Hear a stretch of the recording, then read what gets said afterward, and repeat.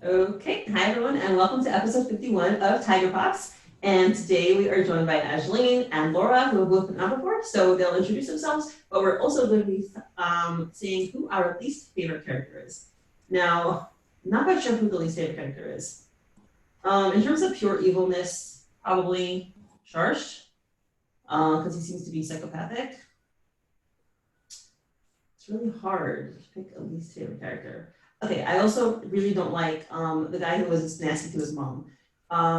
Maybe he didn't murder people, maybe he did, I don't know, but to talk to your mother that way is just the lowest of the low. Like, even, I'm pretty sure even murderers like their families and like have some kind of filial connection. That's really bad if you talk to your mother that way. So that's my least favorite character. That's fair. Okay. I'm Aislene, and I've been on here before, and I run a Twitch channel called the Feminist Critique. There's also a podcast which you can check out on Spotify and all of those, podcast places, and that's also called the Feminist Critique. And my least favorite character is probably Tora. No, I'm kidding. Least favorite character. No, actually, we're open-minded on this podcast, but if you say that, you're out. Goodbye. And done. No, actually, I would probably have to say Mr. Lamb, maybe. I don't know. I just he's not a bad character. I just don't find him interesting at all. So, but like most of the fans out there, I'm just too focused on Tora and Poppy. I don't care about it. And then a little bit of Quincy, but everybody else, besides, because I kind of like Vincent too. I know he's bad, but old man, kind of love it. Anyways. He's not old. Hello. He's maybe in his 40s. That's not old at all. I'm 31. 40s is totally fine. Well, yeah. I mean, I'm 32, so yeah. There we go. And I'm Laura. I guess my least favorite character is also 𝗪𝗓, just because he's so gross. Okay, yeah. Short and sweet. Yep. No words needed. 𝗪𝗓 is gross. Yep. Okay, guys. So I am so excited to do episode 51 because we say this every week, but we're entitled. We can repeat ourselves. This episode was amazing, and it has so much to discuss and so many details. And we are so excited because the last couple episodes were much more emotional relationship focused, and this episode had a lot of plot. So yes, so excited. It was also really funny too, which that little, hints of humor that Lily puts in, it really makes Midnight Poppyland for me. Yeah, definitely. I was definitely put down the phone to laugh a couple of times. It was really funny. Yeah, awesome. I wrote in my notes, ha ha ha ha ha, LOL, several times. That's awesome. Okay, so we start out here last time. Well, just to recap of last time, Tora goes to the office, Tora and Quincy. He intimidates the heck out of Jacob. Erdene doesn't like him right away. She tells Poppy so. No surprise, Tora stole her chips and ate her chips. And we're left wondering, Poppy bites her lip. And we're left wondering if Poppy, I was wondering at least, is Poppy taking Erdene's words to heart and is she second guessing herself and her own assessment of Tora? Or is she timid and just doesn't want to confront Erdene and say, I disagree with you, Tora's a good guy. So, and I was really worried, is Poppy gonna stand up for Tora and defend him? Because that's if she doesn't, how is he gonna feel, So, I'm very proud of Poppy. I think she did a good job. So we start out, with Poppy's lips again, the timid look. And then we see Quincy's asking Tora, he's hey bro, what do you think those two are whispering about? And which, by the way, when is it ever appropriate to whisper in front of people who are 2 feet away from you? Nobody else is there. Yeah, it seems a little weird that they're just over whispering at each other when Jacob, Tora, and Quincy are just standing there just like, okay. Yeah, and they're like really close too. So whatever, it's fine. You know, I think some of the plot purposes will let it slide. Yeah. I think that copy version are really what? Oh, sorry, go ahead. So anyway, and Tora at this point is looking down, you know, which I thought was an indication of like him being like maybe either polite and like, oh, I'm trying not to notice, pretend that I don't notice, or you know, like being resentful and upset and like a little anxious about whether Poppy's going to defend him. It's another way I'd possibly read that. So, but he looks up after Quincy asks him, and he is very perceptive, and he says, "That chick thinks I'm a douchebag, and she's warning Shorty to stay away from me. But Shorty doesn't want to hurt her friend's feelings by telling her she's wrong about me." And Quincy correctly says, like, "Whoa, you're good at this shit." And you know, we know Tora is very emotionally perceptive, but he did a great job. Like, he got it on the nail. Oh yeah. And he even says, he's like, though technically she isn't wrong, right? Yeah, So and then the other part, like Quincy ends up saying, "Hey, what's the winning numbers for the next week's lottery?" And he's like, "That's easy. 1-800 go fuck yourself." Which is fair, because Quincy, you're like really rich. You don't need to win the lottery. Yeah, it's funny. Yeah. And I wonder if, like you were saying earlier, Mindy, like it's rude to whisper in front of people like that, especially when they're so close. So I wonder if Quincy's just talking in his normal voice, because he wasn't drawn in like the whisper bubble. It's like the regular speech bubble. So they're just talking because it's rude to whisper. So like, hello, ladies, it's rude to whisper. So they're just like openly speculating in front of them. Yeah, I like that. I think so. I mean, I'm curious if like, is that, you know, just for like, you know, being direct? Like, is he always direct? I don't know. But yeah, I definitely think he's like giving them an admonition there. It's horrible. So then they're like, "Oh, sorry." So actually, I think the fact that Erdene's like, "Oh, sorry," just discussing some office regulations means that they were talking in normal tones, and they realized that they were like, "Nah, faux pas over there."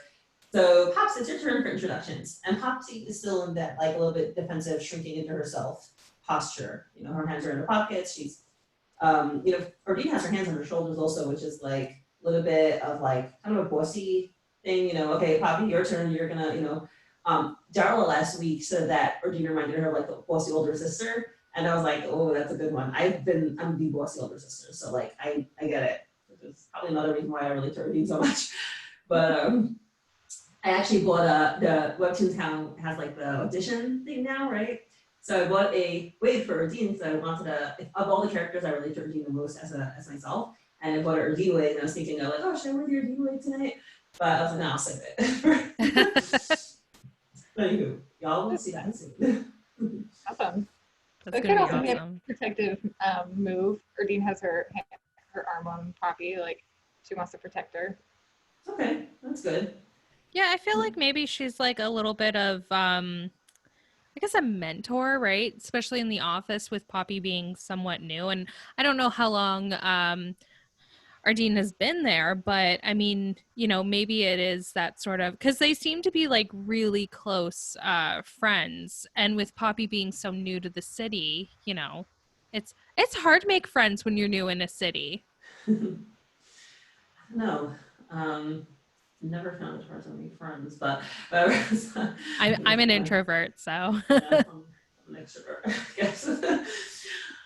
But actually, we're going to be speaking about introverts a little bit later. So Poppy is like, "Hi, I'm Poppy, Quincy's new editor," and she waves, and Jacob gives her like this what look, and then Tora has this fantastic look where so many people love. He's like, "Are you effing kidding me?" And he's whispering this to her. Now Quincy in the background. Oh my gosh. "We love you, Living, because you're hilarious." He's taking notes. He's like, "Secret office try strips, I don't know, with hunky but grumpy douchebag gut bodyguard." I love Quincy. Every time he appears, I just love him more and more. I don't know. I think we might all be crushing over Quincy instead of Tora at the end. He's just so cute. Adorable. He's so dramatic and flamboyant about stuff. And it's almost like, okay, so has anybody watched well, I'm sure a lot of people have, Interview with a Vampire, right?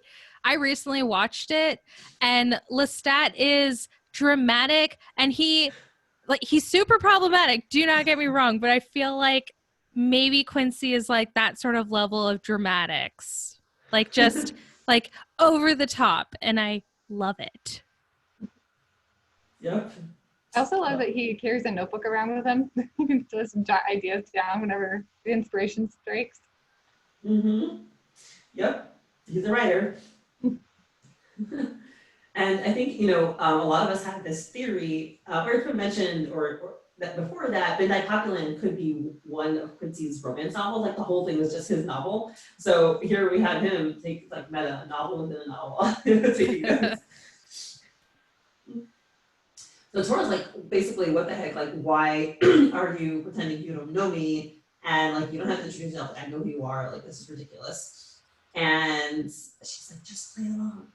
Which, okay, and she has a purpose for this. So Tora is like, gives her this very skeptical look, kind of like still angry, but he just like rolls his eyes, admits defeat, and he just goes along with her, which is cute, and like to me shows the level of trust that he has in her, and he's willing to go along with her, and it's a level of like shows his commitment to her and his relationship with her, and she's like, I love his expression, by the way. It's also one of the many hilarious moments. He's like, yeah, makes me crack up. Well, it even has like the little line with the like little squiggle at the end, which is like essentially just anime for a sigh of like, fine, I'll just do the thing. Yeah, I like that, right? The special anime speak, right? You have to know how to read it. There really is like a lot of it in Midnight Poppyland where like comic artists use very similar like different lines, and that's just one of them that like you see in all of them. Yeah. So. I didn't know them all at first. Like I remember somebody in the podcast told, was the one who showed me like the vein popping out line. Like I didn't get that was the vein popping out symbol, and like the spiky stuff coming out of people's shoulders. Like that was another like like alarm or something. So I needed to learn the lingo also. Oh yeah, and if you ever see the ones where it's like lines down the face, like here or whatever, sometimes it can be a blush if it's on both sides, but sometimes it's like like a shocked sort of, or like a nervous sweating thing. Yeah. Yeah. Pretty cool, right? Everything has its own language. So Poppy whispers, her plan, which I don't know how well put out this was, she's like, see your teams return my greetings. I don't think he's that bad after all.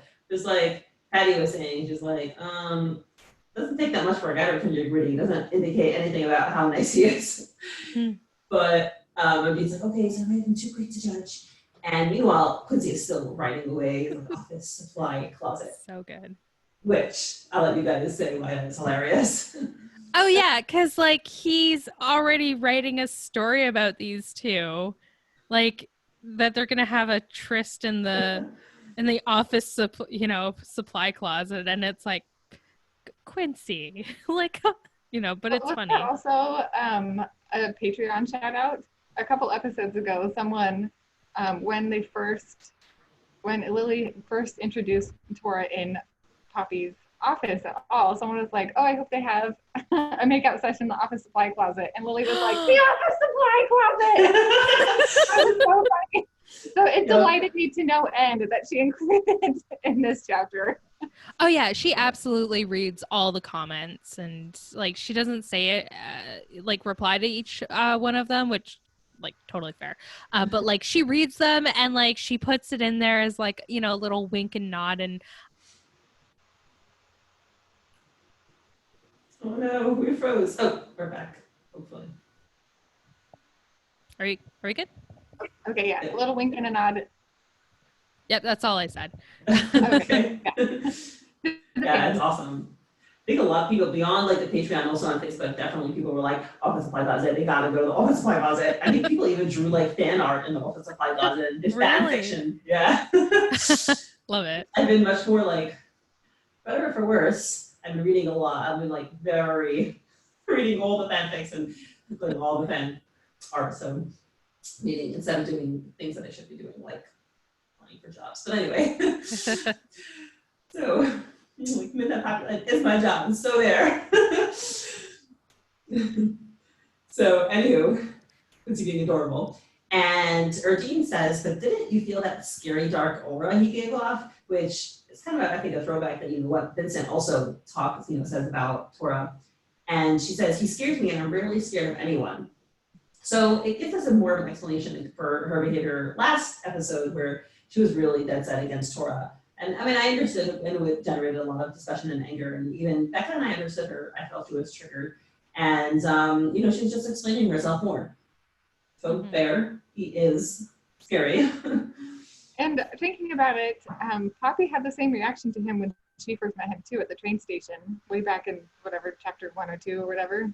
Like, she wanted to avoid him. She also got that feeling, so I mean, Poppy can get it. She can understand. It even felt like a cold air in the train station, which I'm like, how does that even work? Have you ever felt like someone pass by and you feel like it's cold? Yeah, like, or if you like meet the eyes of somebody, whether it's like the train or whatever, bus or just on the streets, and you just kind of get like that chill of like, okay, not gonna go near that person, bye. I don't know, I'm gonna be on the lookout for it. I don't remember having it, but I would think it's interesting, like, how does our emotional experience affect our physical reality, It's so interesting that can happen. And I believe that can happen. I do think, we get angry, we get hot, or, things like that. Cool. Okay. So Erdene's like, and whose side are you on anyway? You don't even know the guy. Which is, I find it interesting that she was like, pitted it as a, like, me versus him thing right away. Like, why does she always have to agree with you, Erdene? Like, I didn't get that. And yeah, I wondered about that too. I think it's kind of high schoolish. Right. Or maybe she felt personally attacked that Poppy wasn't immediately agreeing with her. But that also seems high schoolish. Right. No. Or maybe Erdene has a really strong personality. And Poppy, usually, from my impression, from what we've seen in the comics so far, she seems like a pretty easygoing gal with Erdene. And so maybe Erdene is like bristling at the fact that Poppy isn't on her side about this, on her side. Yeah, that makes sense too. Which is why I really like her reaction, because she is able to stand up for herself. She looks nervous and she's sweating while she does it, and I totally understand, because I might be very loud and overpowering and social, but I don't like confrontation at all. And it's so hard for me to speak up and disagree, especially, like I said last time, especially people that I like. Like, I don't really argue with people in general, but like with people that I respect and love, like, it's so hard. So I could totally see why Poppy is having a hard time. But good for her. She does stand up and she says, I'll always be on your side. Boys come and go, but a sister is for life. Which I'm like, what planet? I don't know. I choose my husband over my friends any day, just saying. Not that I have to, but and I think that would be very unhealthy if I did have to. But like, husband is my number one. But anyway, I get it. Until you find like the one that you know for sure, then they do come and go. But then she said up for herself. She's like, but he's really not like that. He's rough around the edges, but he's a good guy. And you'll have to trust me on this one. Which again, she's telling Erdene, she's really directly telling her, you'll have to trust me. Like, go with that. We can't always go by what you perceive. Like, I know and I trust my opinion. Yeah. And this is a part where like Erdene just like stares into her soul almost with those big blue eyes, as if she just suddenly clicked, and she's like, you've already met him before, haven't you? And of course Poppy's like, I'm sorry, it's a long story, I wasn't ready to tell you. And like, I don't know, this part's just hilarious because it's like, okay, you got some splaining to do, you little minx. And it's like, you guys fuck already? And it's like, oh, Erdene, come on. Like, I know you're best friends, but like, that's a rude question. I don't know. But then again, like, I've had friends where like they've had, you know, they ask that where they're like, have you had sex yet? And you're like, Yeah. So remember I said I'm like Erdene? I would ask this question. And on purpose to be dramatic and over the top because I think it's funny and because I'm curious, but also because it's funny. So yes, I am very master of inappropriate and basic questions. Which is, by the way, I wanted to be a psychologist originally, and I definitely know because I was curious about people's lives and like, tell me your emotions, all of it. I want to hear. And Lily also does a really good job of like using the visual parts of the comic to portray different emotional beats. So in this frame, the background changes to that like light yellow, which to me signifies that like the tension has kind of broken. It's not as tense anymore. Kind of at Poppy's expense, but they're not mad at each other. mm-hmm. That's so perceptive. Like I kind of like we probably noticed it subconsciously, but it didn't register. And it's so cool. Love that. And now I notice that in the next panel, like when Quincy slams the book shut, it's teal. So, you know, also not a color that's actually in the office. So cool. I really like how Quincy he's like, okay, enough whispering, enough awkwardness. I'm just gonna make this really loud noise. Anyway. Right. Yeah, and that is a Quincy thing, right? He doesn't like to have uncomfortable things. He likes to move on and smooth things over. But before we do go on with that, Poppy said something interesting. She's like, oh God, no, this is why and she blushes and whatever, right? She's like, this is why I can't tell you anything. Stop being so lewd. And sometimes people say things without understanding what they're saying. They just word it out. Poppy is telling us, and Erdene, that she keeps things from her because she doesn't trust her in a way, right? And, probably because Erdene is, like pushy and aggressive and loud and whatever. And maybe, I can see why Poppy holds herself back a little bit with Erdene because she may not trust her with like her deepest feelings and secrets. Or maybe it's not so much that she doesn't trust her, she just is uncomfortable because then she'll know Erdene will push her on stuff. And in previous episodes of this podcast, like people were talking about like, why would Poppy go to Jacob instead of Erdene? Like when Poppy asked Jacob to watch her and Tora on the webcam secretly. So I guess Poppy's telling us right now why she asked Jacob instead of Erdene.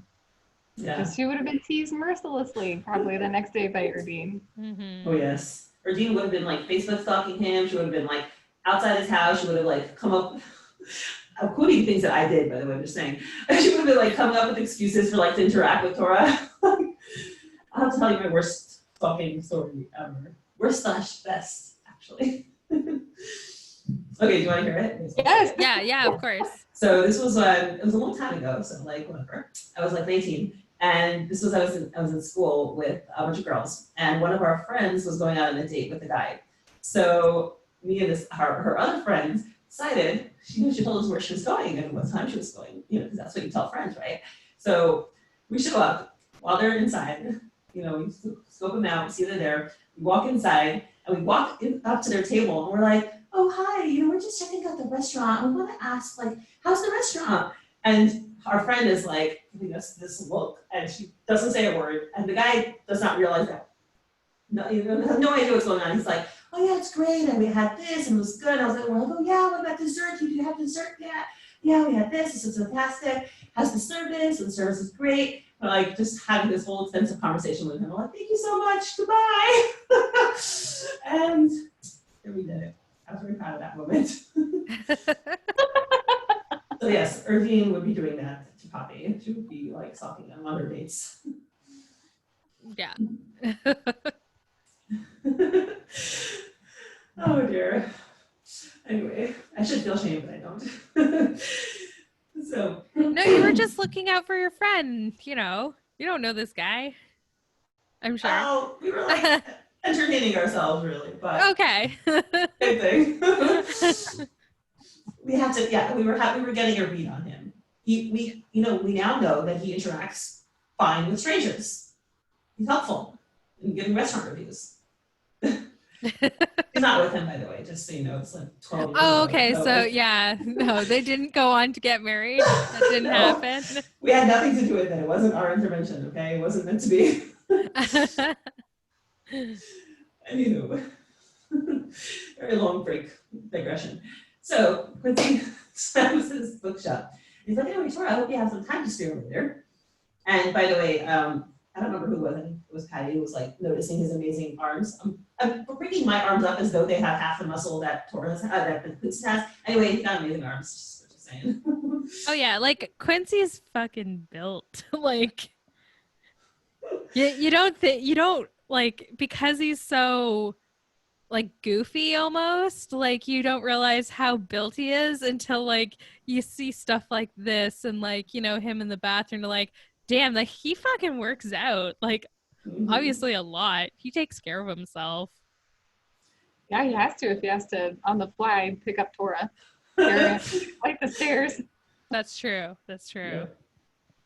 Like, by the way, every time I work out, I think of like Tora. I don't think of Quincy yet, but I usually think of Tora. I'm like, I want to be like Tora.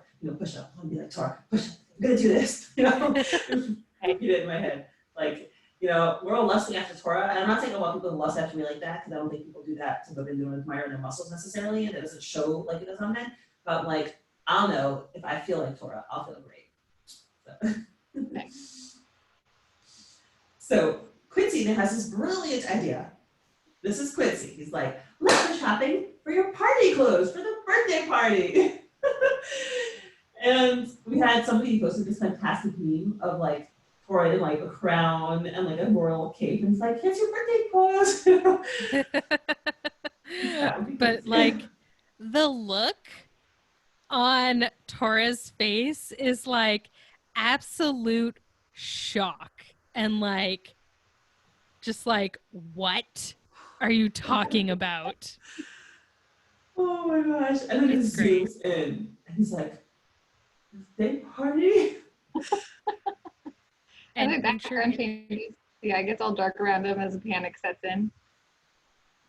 Oh yeah. We have an even closer zoomed up. Let's all like go into our webcams. He's like, what birthday party?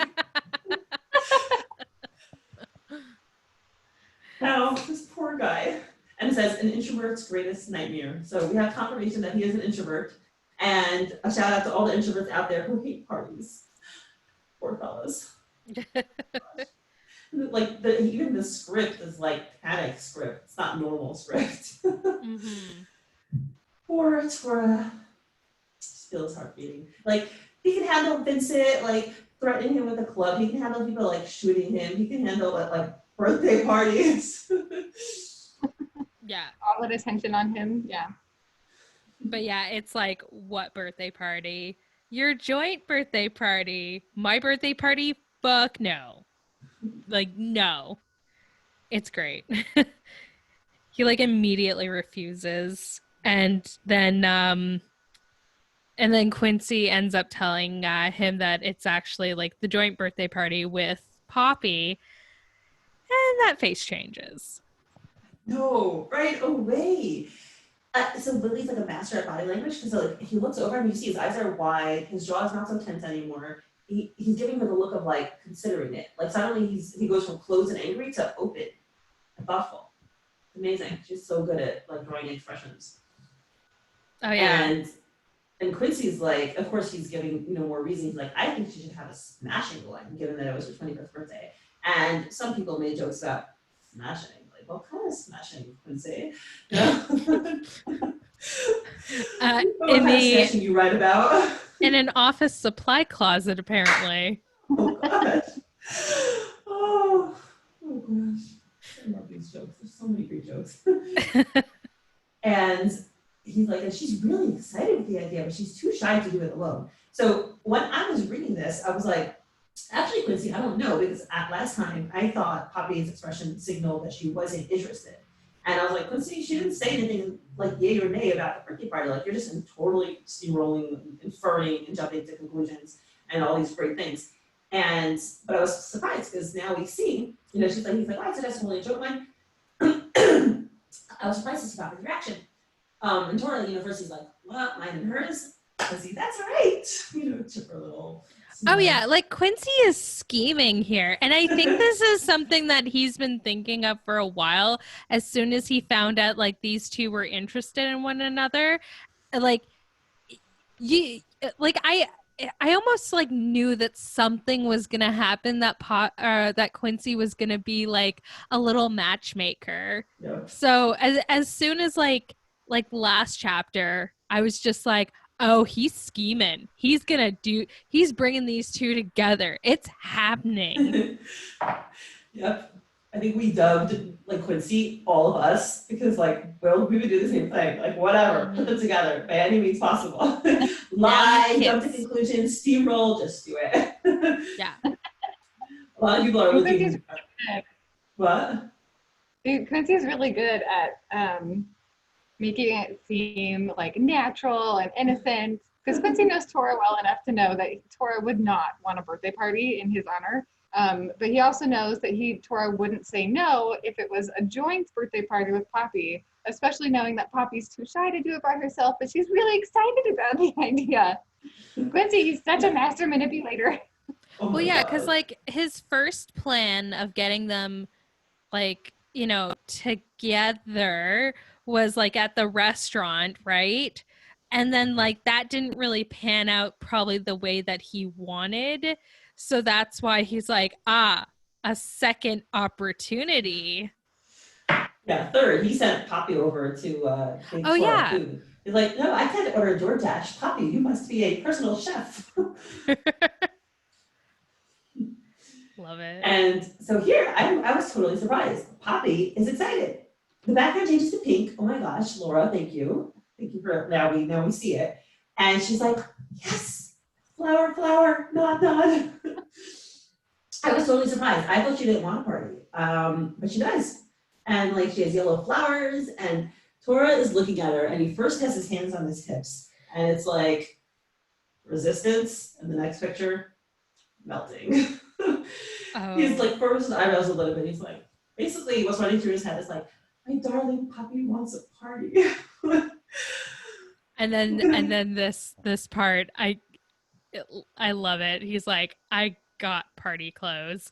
And like Quincy shuts that down. He's like, how about no? I love it. I love that Tora's way of agreeing to the party is saying he doesn't want to go shopping. And the color of the background changes too. Like he still has his hands on his hips, but he's obviously softened. He's like, okay, fine. Yep. Yeah. And he's like, I think he's not even saying yes, right? He's doing it in a roundabout way. He's like, well, I got party clothes. So he's not willing to like verbally say, yes, Quincy, like I'll go along with your harebrained idea, but he's showing that he agrees. And Quincy is like, how about no? Because boy, your party clothes, your idea of that, And he's like, because he wants to go in his like clan uniform, which don't get me wrong, he looks amazing in that, but it's also his uniform. That would be like going to like, I'm trying to think of like a uniform that, like if you worked at like a pharmacy and you're like, I'm going to just go in my uniform, or if you worked at a restaurant where they had like a bow tie and you're like, well, this is fine enough. I'm just going to go in this. oh, I love You got to it. have special clothes for a party, okay? You can't just you have to buy a new outfit if it's going to be a big party about you, obviously. Yeah. And one thing that's cute, Quincy's like, I don't care how good you think you look in it, which makes me think like this Tora stand around Quincy's apartment looking at himself in the mirror. He's like, dude, I look good in this. Oh, it's so cute. That's funny. Also this part is where Jacob is like, hey, can I join you guys if Tora doesn't mind? And like Tora freaking like says, yeah, he needs him more than me. And Jacob's like, hey, no clothes shaming. What the fuck, dude? Like, let me have my plaid shirt. I look good. It's cute. It goes with his look. It's like the nerdy cute boy, you know? Yeah, That's his exactly. look. He has the Exactly. square glasses, the open shirt. It's cute. It goes with Yeah. it, you know? So And he just wants to hang out with the Greek god. Or Greek gods, I guess. Yeah. And by the way, he stood up to Tora. He was like, no clothes shaming, right? That's good for him. He stood up to Tora. He had some Exactly. courage. Exactly. I liked it. Yeah, I was really surprised by Jacob. I was surprised, one, that he felt comfortable enough to like want to go, and two, that he wanted to go in the first place. He just met Tora and Quincy. Right. He's looking for some male friends to hang out with, okay? Right. I feel like it was a little bit like, it might be a little bit, you know, because like it's so cute that like, we have to put it in, you know? Like maybe, is it 100% natural? I don't know, but I don't care because it's going to be adorable. I think it is. And maybe he feels, I don't know, maybe he could see that Tora was softening, so he feels more comfortable. Right. The other thing too that I really like, because you find in a lot of these stories, it's always the girls that go out shopping with one another and have like a little makeover session sort of deal. But Lily isn't doing that. She's doing that with like the male characters, and I'm all for it. I think that's great. I want a shopping montage where Tora's in like the worst ugly, like your grandpa's like old 1970s suit where it's like, you know, sky blue or whatever. I want to see him in that. It's going to look hideous, but I want to see that. Anyways, what I'm saying is, Lily, if you're listening, please put that into the shopping montage as a wink and nod to me personally. Oh my gosh. It should be like a montage of like a million outfits. Like, can Tora ever look bad? A question for the fandom. You know? They're like, nah, whatever he's wearing, good enough. I don't care if it is from the 70s. Grandpa, Yeah. like, blue. I just like thinking like that ruffle, like, I don't know. Oh my god, it's so cute. Quincy would wear the ruffles. Totally. Oh yeah, Quincy. 100%. The velvet jacket, like gold buttons, like anchors on them. Are you basically telling me that Quincy would dress up like Lestat from Yeah, the Vampire? I probably subconsciously thought of that. As soon as he said like ruffles, I'm like, oh yeah, he'd look good as a vampire. Yeah. Well, he doesn't have dark hair, but blood dribbling, yeah, that could be bad. Vampire Quincy. Okay. Fanfic coming up. So, Tora being a jerk again, by the way. We're you know, if we want to take an honest look at Tora, by the way, like we do have to admit he's a little bit of an obnoxious guy, you know. So with the dig at Jacob. So anywho, so Erdene's like, oh, so he's the birthday boy. You okay with that, Pops? And then she says, oh, looks like Jacob finally found his tribe. And I think, is Poppy saying I'm pretty comfortable with that, with Jacob finding his tribe? Because I wasn't quite sure what she was responding to with that. To Erdene's first question, so he's a birthday boy. You okay with that, Pops? I'm pretty comfortable with that.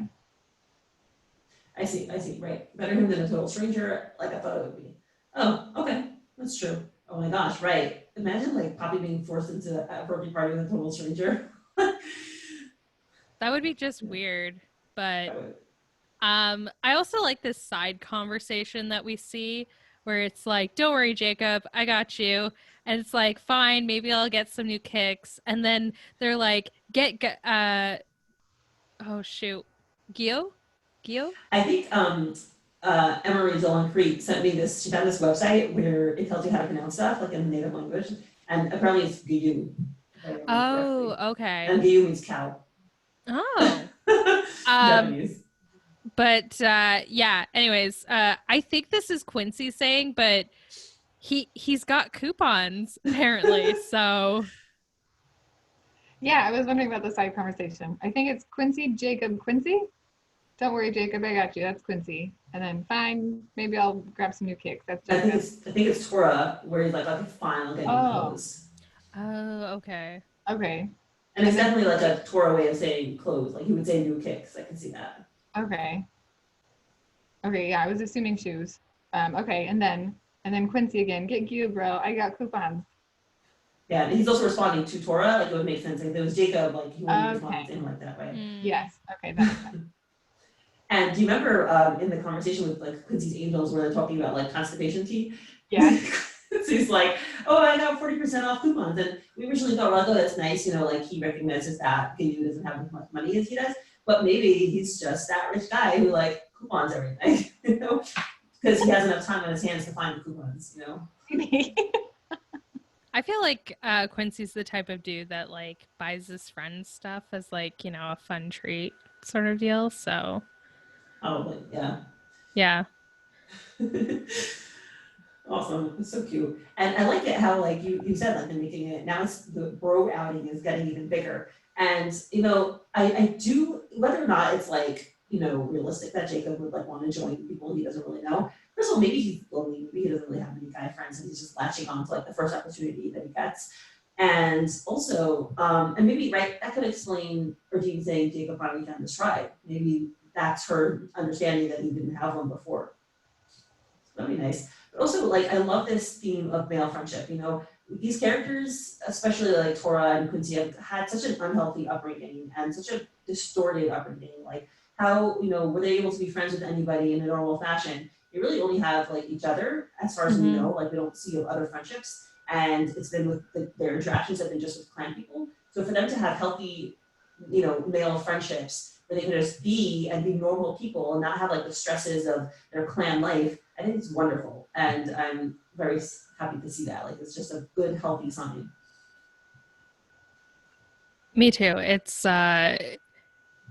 It's really cool to see, and it kind of like in the next panel you can kind of see that they're bringing in, like you can see that it's Tora saying it because he's the only one who calls him Bronzo, right? And he's just like, hey, we're picking you up, we're going shopping, get in, we're going shopping. Yeah, it's like, and bring your damn wallet along for fuck's sake. Which I'm wondering, like, did he once not bring his wallet along? Does he like always expect Quincy to pay? Like, what's that comment? Did he forget stuff? Is he forgetful? David doesn't strike me as an irresponsible type. If he works at so many places, like, I have a feeling he seems responsible. Mm-hmm. And they're going shopping that day, by the way. It's just like, that's fast. Maybe they don't have much else to do, right? So do it now. And then we see that like Erdene is saying like, hey, I hope that you're excited about this party. That's the one thing you can check off your bucket list. And it's like, interesting. Poppy really does want this. Yes. And she says, or Dean tells us, remember, you told us when 𝗵𝗲𝗱𝗆 and I came over to visit, which is so cute to tie in. So, like, I still don't know if they're her cousins or her friends. Like, I don't think we have clarification on that. We know they're with Granny, but I don't know what they are. But anyway, she's like, well, you were in a drunken stupor, but still. And I was like, well, yeah, I got so drunk that night, but that's for real a secret wish of mine. Haha. And it's just so nice. Like, I did not know that. Like, not only did she want it, like, it was a bucket list kind of thing. And now we have a flashback to this adorable scene of like all of them knockout drunk, sitting on the floor of Poppy's apartment with the beautiful Naren, in the background. And then they had like, one of them is drinking, like, Poppy has a glass, one of them is drinking straight from a bottle, of course. Their faces are flushed. Poppy's mascara is like totally leaking. And she says, if I ever break up successfully with jewelry one day, I want to be a party princess in Naren City. And their words are all slurred and everything. And Patty noticed something interesting in that. Like, already then, she was recognizing that her relationship with Julie was not good and that, like, she was trying to break it up, Like, she apparently tried to break it up before, but just didn't do it because she, like, if they ever break up successfully, which is, in a way it's affirming because, like, that Poppy knew that it was wrong. And it also makes sense that she would be ready to move on faster if she already knew that there was something wrong with the relationship, One of my initial like objections, I guess, was when Poppy, after she broke up with Julie or upon cheating, like I didn't see any reaction from her for a long time. I was like, shouldn't she be processing this? But this, besides for what we learned about Poppy being kind of like stuff her emotions away, this is also nice to know that like she wouldn't really be that heartbroken and she would come to the realization fast that like she's better off without it because she already was thinking about it. Yeah, it's sad that she felt so stuck with him. Like you said, she had a hard time breaking up with him. I don't know how many times she tried to break up with him, but she just felt so stuck. Yeah. I can so see him like gaslighting her right back into it. Oh, but baby, I'm like, why would you want to break up with me? Oh, that's just some nonsense you have in your head. Like, oh, you're being silly again. I would like to change my worst character the most. It's Harry. Fuck him. He's the worst. Least favorite character. 0 to 10. Got it. Least favorite character change accepted in the record. Thank you. Thank you. So, and then she continues, and she's like, I want to have a party thrown in my honor before I kick the bucket. Okay, that's serious. If she's talking about kicking the bucket, like she's really thinking about, like, am I ever going to have a party?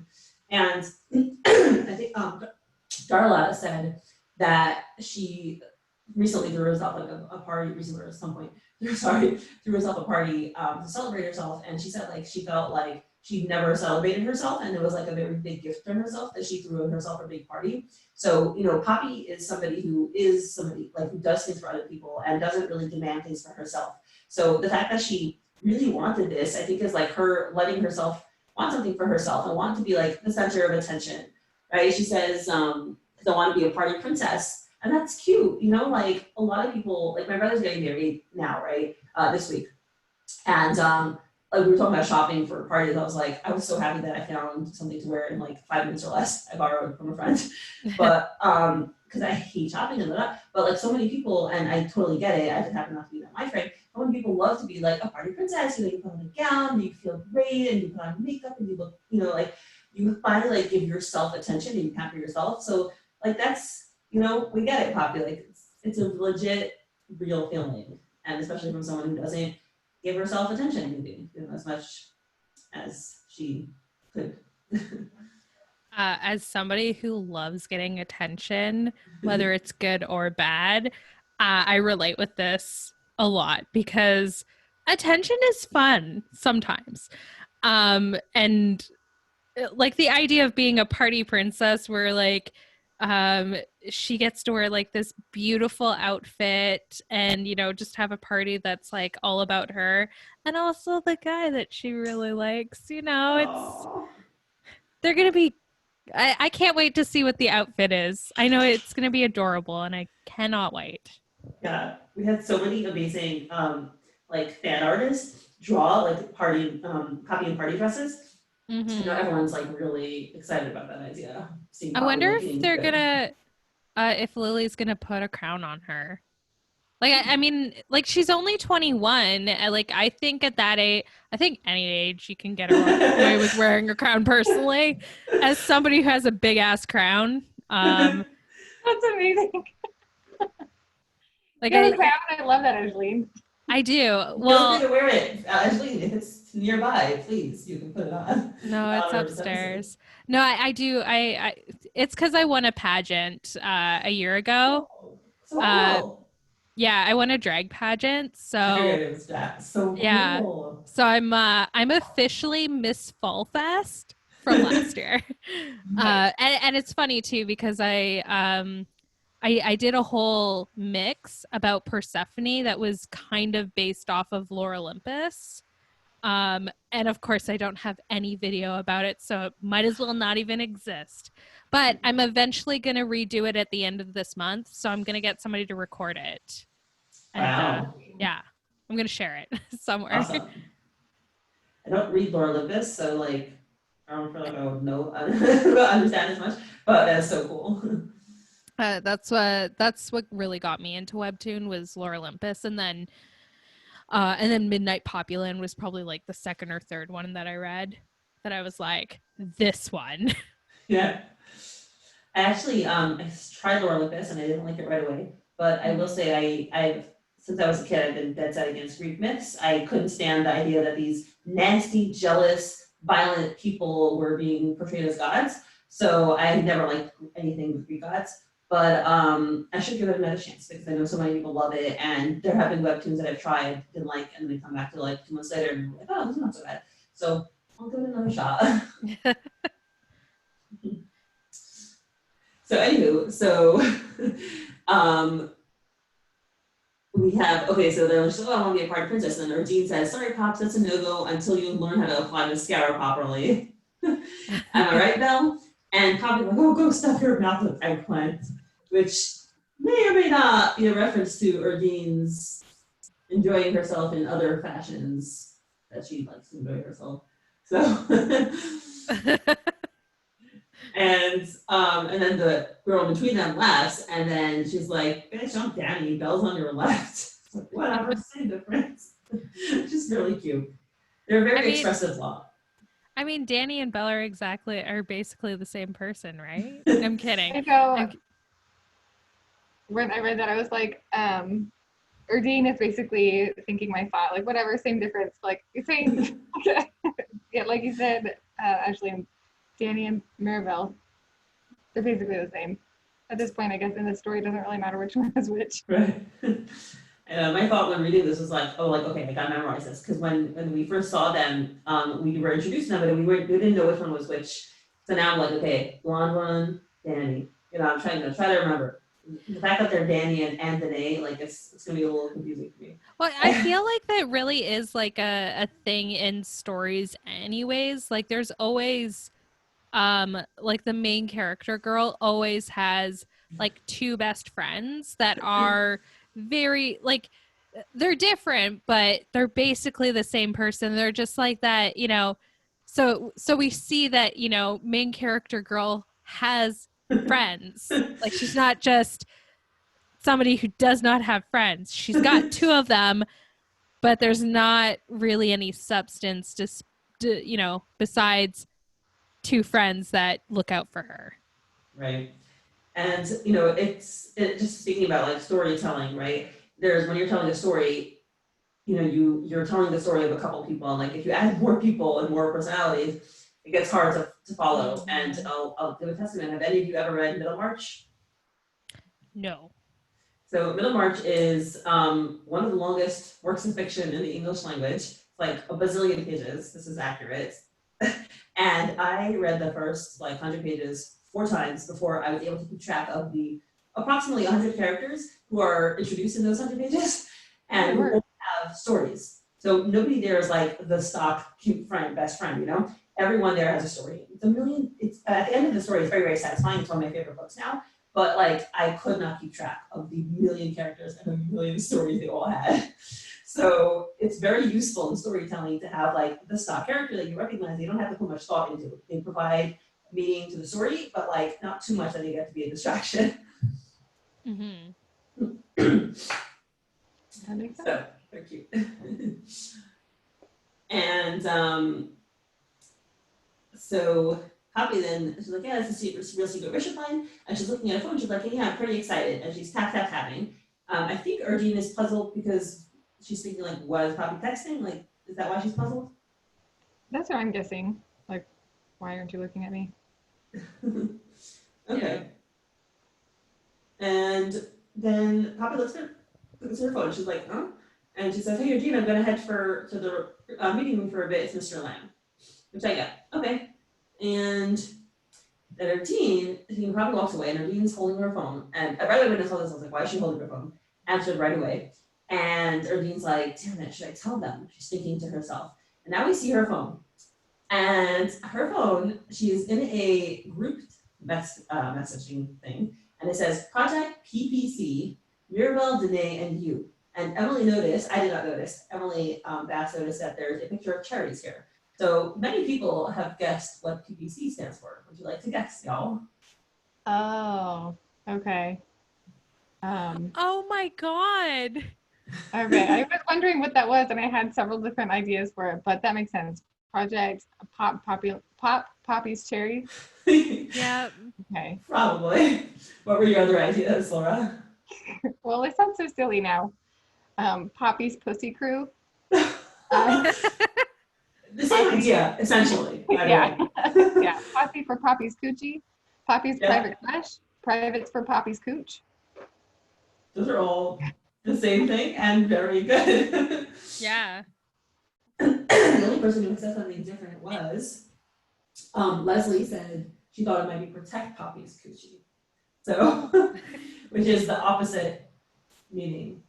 But it doesn't, I mean, based on what the girls say, that's not what they're doing, because they're like, Rebel's like, I don't know what to do with this girl. At this rate, her coochie's gonna grow moldy. And Danae's like, what? Better moldy coochie than jewelry season 2. She, oh my gosh, is not a hoe, laughing my ass off. So, you know, Mirabel's like, okay, she gotta get laid. Danae is like, with the right one. You know, they don't like jewelry. Good, Yeah. good. So at this point, also, this looks like they texted this after they broke up, so fairly recently, because otherwise it would be like, she gotta get rid of jewelry or something like that, you know? Yeah.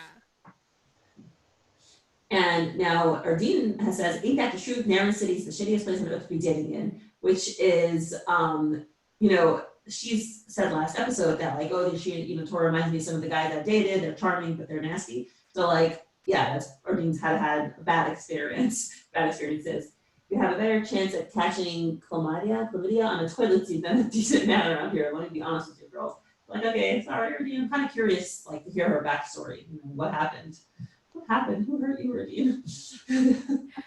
That's why, like, I ship her and Ronzo, because I feel like Ronzo's a real sweet boy who they're like good to her. So, but that's just me. My cat just stepping on the table. She might walk across the screen. Let's see. Is she? She's coming up. There she is. Aww. Yeah, her name is Thorin, and she is a delight, but mainly for my children. I mean, I like her, obviously, but my children love her. So, here we go. Hi.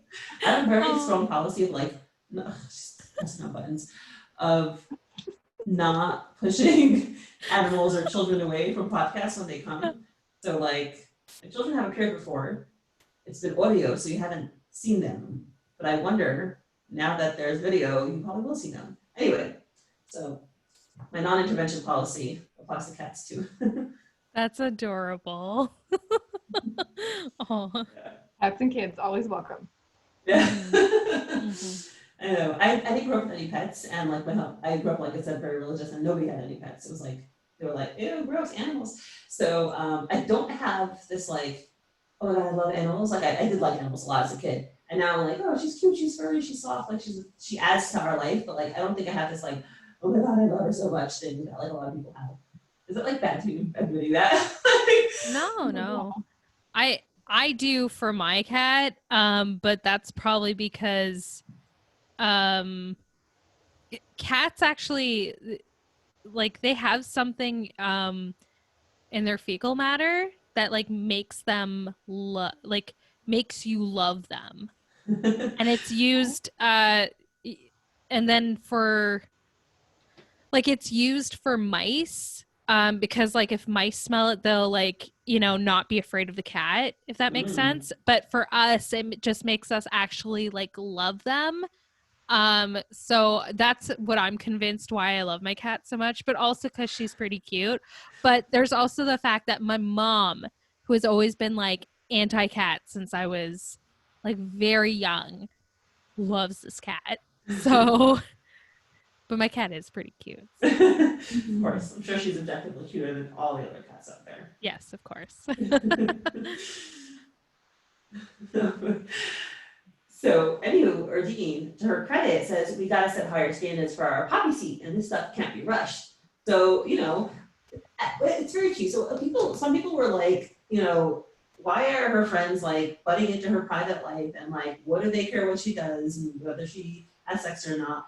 But first of all, like, I don't find this acceptable. Like, we all have this side to us where we like joke around, and like, yeah, like obviously Poppy was like, you know, guys, I really don't like when you like talk about this. They would take her seriously. Like I believe that. You know, this is what girls do, or people do if they're close. They joke around, they make fun, they push each other, and like, yeah, if you would, you know, they have moments where they talk more seriously. Like, but like this, I don't find this offensive.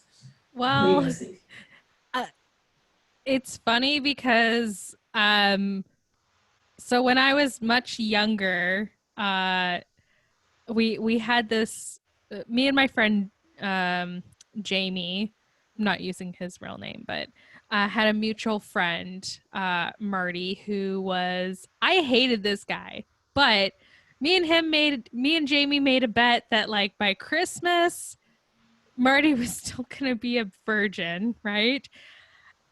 Well, Jamie made sure that that wasn't a case. He actually intervened and lost Marty's V card because of this bet. So I lost. I lost the bet because of Jamie. So yeah. Yeah, so like I don't know, friends do that. Like they intervene with this sort of thing for whatever reason. It's like I've for probably, but like this guy was a douche though, so he needed some intervention apparently. Cuz like yeah. Anyway, I won't even get into that cuz it's a long like story. Story there, yeah. Oh yeah. Oh yeah. So cool. Well, But Mirabelle and sweet. They just want Poppy to be happy. And Erdene is sweet too. Like they just want the best for her. yeah. Yeah, I agree. And I appreciate that Mirabelle and Danae recognize that they're not going to be around physically or really super available for Poppy, even on the phone necessarily, because they're busy apparently being flight attendants. So they connected with Erdene so that Erdene could keep them updated. Right. I thought that was sweet. Yeah, and we do see by how she responds later, like how they respond, that they are being more respectful. So like first Erdene says, she's like, of all the places we stuck between, it had to be a rock and a hard place. I wasn't quite clear what she meant. Like she's torn between telling them that she found a guy and being supportive of Poppy. I think it's because she's got this bad feeling of Tora, despite like, you know, Poppy reassuring her that like, yeah, he's not actually that bad, but like when you got a bad feeling about somebody and it's like your best friend essentially, like you're worried about them. So My cat just jumped in my lap. Oh, two cats today. Yeah, I guess that was it, that she wanted to update Mirabelle and Danae about Tora, but like was hesitant to do so. Maybe she wanted to tell them about the party coming up. Right. And, you know, the fact, like what she says next shows like, oh, they are cousins. Now I can see. She says, I can't do this even if they're the only family she's left with. Okay, so now yeah, they're our family. Got it. So they also like, it must be that they told her like, listen, we're the only family she has left, like we have to be protective of her and like be informed. So yeah, it does come from like a protective place. And, you know, Mirabelle does admit, like she does say, you know, calm down. She's like, oh, Erdene, I'm just clowning around. It's 2 a.m. here in Frankfurt and just can't get to sleep.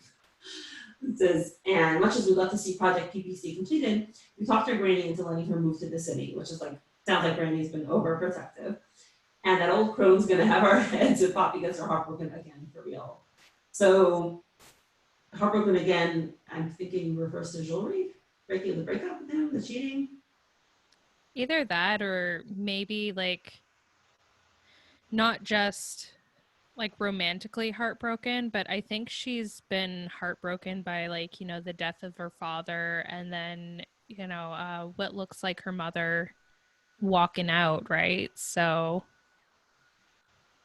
that might be it. Right. Good point. Yeah, and then Erdene says like, yeah, don't worry, I'll do my best to take care of her, especially since she hasn't had a chance to socialize and it's just her and us right now. Which is also interesting. She's like, but yeah, they have every word. So we know this is taking place in March, right, because of their birthdays. And when we first started the cartoon, I got the impression that, right, she says, I just moved to the city for this new job. So I was like, oh, it must be September time, right, October or whatever. But it's March. So first of all, I don't know if like Naryn City follows our traditional, you know, like finish school in May, start a job in September kind of thing. Or she's been working already since the beginning of the year, September, whatever, right? What do you guys think? I actually think it might be, so I only know this because I really like Japan stuff, or like Japanese things. But they finish school like around in March and then like they start school up again in April. So that's like their turnover year. So it's more fiscal rather than like how our school is, you know, August, September. Okay, so you know what? Maybe that's it. That timing works very well. If she just finished school, just started. I That would thought be like really fresh. I thought she was in the city for like 4 months at this point, though, when the comic started. Yeah, did we get any? Where did you get that from? I don't remember. I think it might have been that like it took some time for her to get a job right out of school, right? Or does it say that she got this job right out of school? You know, it does say like she's like, oh, Gil was the only one in the city willing to give me a job. So you're right, maybe she did search for a while. Okay, cool questions. No, not super essential, but yeah, like I was thinking if she's been here since September till March, then like she should have, she should be knowing some more people by now. But yeah, we don't know the timing. So today's like counting on you, sis. We're out of the country way too much to get MU, so take care of our baby girl for us. They're very cute. But then Erdene's like, oh, sorry, ladies, can't be a snitch. I promise I'll do my best to keep an eye out for your baby girl. So I'm just curious, does she sense that like Poppy doesn't want her cousins to know about her and Tora?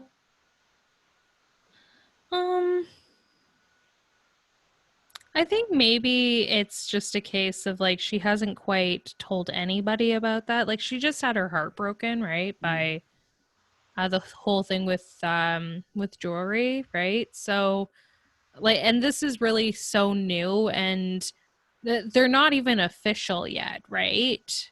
Like Tora and her, yeah, they've kissed, but like they haven't quite said like, oh yeah, we're dating, we're official. So she's probably like, she probably doesn't really want to tell anybody unless it does get a bit serious, then a few kisses here and there. Right. And then Patty was pointing out how like Erdene really did a good job of being respectful of Poppy, right? So both with this, let's say, and also in respecting her opinion about Tora. So, a lot of people were mad at Erdene last week. So now there's a positive thing too. Lots of positive things that Erdene does to counteract her, behavior last week. So anyway, so this next part answers a plot question that I had. So I'm grateful for it because Poppy, I know Patty would love to be part of the cartoon, but it's Poppy. Poppy says, this is so strange, and she's looking at her phone, and she said, why was Mr. Lamb trying to get in touch with Quincy? Because she has a conversation with Mr. Lamb. What is his avatar, by the way? I don't know. Yeah, curious. It looks like a little kid or a person. Maybe it's his wife. Like, we don't see the face. Maybe it's his wife. Yeah, it might be. Okay. I mean, Lily drew it. It must be something. It's not like we're seeing things. Everything Lily does is important and significant. So he says, hi, Mr. Lamb. She tells him, hi, Mr. Lamb, project is underway, which is nice, right? Poppy's being professional. She's updating him. And he says, thank you for the update, Miss Poppy. All that trouble I went through to get in touch with Mr. �𝗏𝗀 via those two con artists when I could have turned to you instead. So I was like, finally, I always wondered, why did Mr. Lamb go with those guys? Like, what did they say? And then later he says, oh, those two had something very important to me. And I was like, they knew about Mr. Lamb. So apparently they did, right? Like, I guess they are not dumb and they did their research. Here's the thing though. Remember at the restaurant? Yeah. You probably have the same question. It seems to me like they were sitting there in a restaurant and they were like, oh, that old man is like, keep bragging. They don't think they knew who Mr. Lamb was then. Like, how would they? Poppy seems like she did extensive research to get to that interview because Mr. Lamb was like, oh, how did you find that? And, Poppy was like really doing serious work. So how did they know? I think Mr. Lamb's obviously been, because he was like probably putting the word out there, not through Poppy, right? That he needed to get in contact with this very elusive like writer. And then also the fact that he had all of this information about Quincy like on his own, despite the fact that he didn't like it's not well known that Quincy is a writer, and he's, you know, not that he's like keeping himself like a secret, but he has a pen name for a reason, and like his old publisher didn't even know who he really was, right? So I feel like Mr. Lamb has more connections than we think because of money. Right. Right. I was trying to figure out how Sharsh and his associate, because we don't have the other guy's name, how they knew, like after that first meeting in the restaurant, they're like, oh, let's grab him, and they take him and talk to him right away. But maybe it does have to do with the fact that like Mr. Lamb was trying to find 𝗃𝗶𝗱𝗀𝗀, and they heard about it because they know Quincy from the Volume Clan. Maybe they were like, oh, this is the guy Mr. Lamb has been trying to find Quincy. Maybe. So, and this is like kind of what Poppy's talking about, it's just like through those two. And then, you know, he's like, she said, I'm sorry, what do you mean? Why would Mr. 𝗃𝗀𝗃𝗀 have any affiliation with those two? And he's like, Mr. I never told you about it. They claim to be close associates with Mr. 𝗃𝗀𝗃. They gave me information about Mr. 𝗃𝗀𝗃 that I verified to be authentic, which is like what you were saying, Aislene. It sounds like he has his own network of, you know, information. They even had a video call with him. He hung up before I had a chance to speak with him. But each time we arranged for a meeting, Mr. 𝗃𝗀𝗃 never showed up. So they're cleverer than we give them credit for.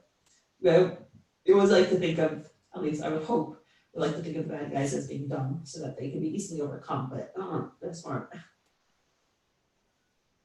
I love that Quincy hung up on when he saw it was them calling.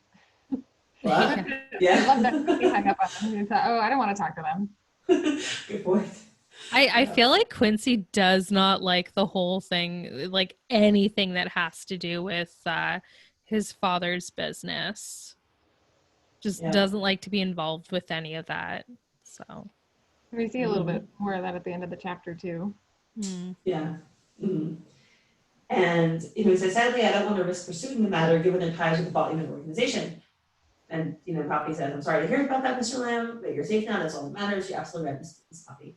So, and we're here Poppy thinking, she's like, I haven't thought about this incident in a long time, but it still makes me angry thinking of how they were going to harm an innocent old man. And she has this very angry look on her face, which is like, oh, go. First of all, it's like, go you, Poppy, and it's also like very like, it's not naive, but it's like, you know, someone like Tora is like, whatever, you know, okay, you know, to him, he would be experienced with that, but she's still getting angry about it because it's like this youthful, righteous indignation, like how could they? Which is obviously like the correct attitude, but people who are more blasé, it's like, yeah, whatever. But they wouldn't often, you know, it would be more used to it. And so, you know, she says I thought those men were master manipulators or skilled con men, but it also makes it says they might have come across Mr. Lamb's interview about Mrs. Lamb's final wish, used it to segue to gain his trust and his affection. And then you have again that picture of like Sharsh with the like look, and the other associate who we don't know his name yet. And he's like, but that doesn't explain how they fabricated a connection with 𝗃𝗶𝗱𝗃𝗀𝗃. Couldn't have been through Tora, could it? 𝗃𝗶𝗱𝗃𝗀, that's the name registered on Quincy's identification card. But why would Tora get Quincy involved with dangerous people like them? QB, and then she's tap, you know, Poppy's doing her detective work, and then she's like, unless, wait, so Quincy is your boss's son, which when she's remembering their Regina's Peak thing. And she's like, oh, sorry, the question's off. Let me finish the story now. So first of all, by the way, y'all, what do you notice about that panel? I cracked up when I noticed Tora's boat shoes were all blurred out. Is that what you're referring to? Yep. Okay, yeah, because like everybody was saying about the boat shoes and how much they hated them, right? So I think that this is not Poppy, Lily's way of saying, well, I don't want you guys to ever look at those again. Lily, it's fine. It was a fine fashion choice. Yeah, I wasn't bothered by it, but like there were people out there that were like, those are the ugliest shoes I'd ever seen. And I'm sure that I must have said that because I think I was on one of those episodes. So I don't know if I said something about it, but it wasn't that bad. So It was very out of character for Tora. His whole outfit was just out of character. It's true. So, he looked very preppy. it's cute.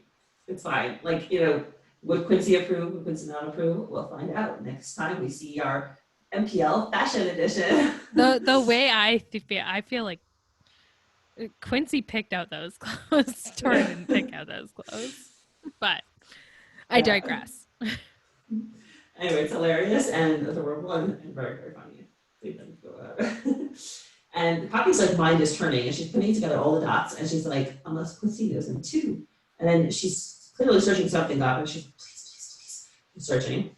Please let me be wrong about this. And she searched Quinceton B, and now we don't see what she sees yet. We just see her running, going out of the office and standing there from a distance and saying, Quincy, can I have a word with both of you? And she's like, sure, what's up, Miss Editor? All perky and like, nothing's gonna happen now, is it? But Tora, by the way, I don't know if you noticed, Tora is much more alert than Quincy is. Quincy's like, this is gonna be great. And Tora already understands what's gonna happen. And she's like, oh, we're outside. Oh yeah, and it's bolded. So like, that she means business. I'm surprised that she didn't have like her look, like her serious look at that moment, but right, we would have left that. And Quincy is still like either pretending he's not nervous or genuinely fooling himself. I don't know. He's like, but of course, smile. But Tora is quite alarmed. Except for face, just for Tora and his alarmedness and his little sweat mark. Yeah, and even Jacob has a sweat mark because he's like, what is going on? Yep. And the next scene we see this, we know just a picture of the building and giant letters coming out from the building, which means it's like really loud. Why didn't anyone tell me? Thank you, Poppy. And Tora correctly says, try to tell you that day at gut runs. And like, yes, he did. And they're the two of them are sitting there. Their posture, of course, like we've been blessed with that posture and we love it. Tora is turned away from her. His hands are, on his knees. They're both lying down. Quincy's hands are in his lap. He's looking down. They both look like they're scolded school children. Mm-hmm. They have quite a lot of people like that. And you also can't see Tora's eyes at this moment. So I feel like it's almost a way of like portraying that, he's ashamed of this, that she found out on her own. I think it could be a lot of things, emotions he's experiencing. That and the fact that like he feels like he endangered her, by getting to know her, period, right? Mm-hmm. And, like now that she's finally facing up to the reality of what's the situation that she's in, like he's like, I put you into this. The thing he was trying to avoid. So I think that's also a big thing for him. And, being redressed by the person he likes. Nobody likes that. And, we had people like commenting like bubble baths and books commented on Patreon. She was like, when's the last time somebody scolded Tora and got away with it? Mm-hmm. And something interesting she also said, besides for, Roxanne said this, that maybe another reason Tora could be keeping his head down, besides for being ashamed for himself, is that, he maybe understands how painful this is for Quincy, and like he doesn't want to like make eye contact with Quincy as well, because it's hard for him too. No one embarrass him further. Yeah, because Quincy's like looking down as well, like you said, like a scolded schoolboy, right? Right. I was saying something interesting. I know, Aislene, you were saying earlier that it's like a comic book trope to have like the cute, the cute best friends. She was saying that Lily is overriding this trope because here it's a girl scolding the boys rather than the opposite way. So I haven't read enough comic books really, I guess, but is that something that happens where like the boy scolds the girl? Not that I've noticed. Yeah, I haven't really ever seen like a boy scolding a girl for doing something or whatever. I mean, it's always been kind of a mutual thing that I guess in Sonjo manga or whatever, right? But what I did like about this is that Poppy figured it out on her own, because there is a lot of comics that kind of just play dumb, and like the one character doesn't figure it out until like way later. And like Poppy's not an idiot. Like you can't even make her, pretend to be dumb, because she is smart and she figures things out real quick. And this is like one of those moments. Like she figured it out pretty quick considering. I was surprised, honestly, that Poppy didn't put it together sooner.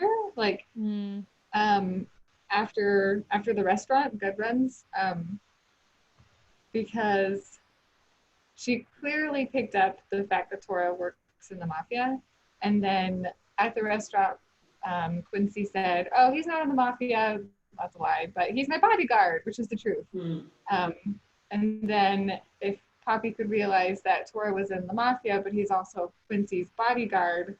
And then in the flashback at Regina's Peak, that was when she called him Quincy the baby thug.